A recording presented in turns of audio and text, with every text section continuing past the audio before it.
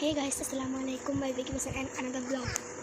এই যে দেখেন গাইস, আপনাদের রকাপার প্রিয় মাছ বাড়িতে নিয়ে এসে দেখেই তার মাথা খারাপ হয়ে গেছে। মা কেন কেন কেন কিনতেই হবে, ছোটোগুলো খেয়েছে তো খুব তার ভালো লাগছে। বিশেষ করে এই মাছগুলোতে কোনো কাটাও নেই, কাটা ছাড়া মাছ তো, শুধু মাঝখানে একটা কাটা, তার খুব প্রিয়। তো বলতেছে মা কিনতেই হবে, তারপর কিনলাম।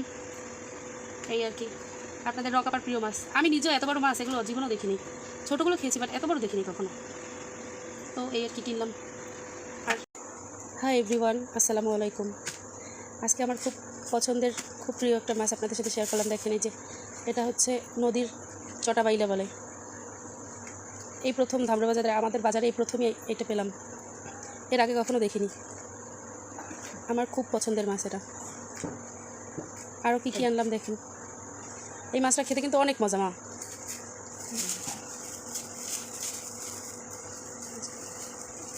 পোয়া মাছ আর ইলিশ মাছ।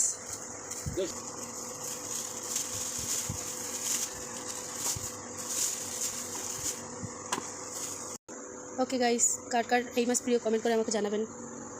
আর ভালো লাগলে আমার পেজের সাথেই থাকবেন। বাই বাই, আল্লাহ হাফেজ, আসসালামু আলাইকুম।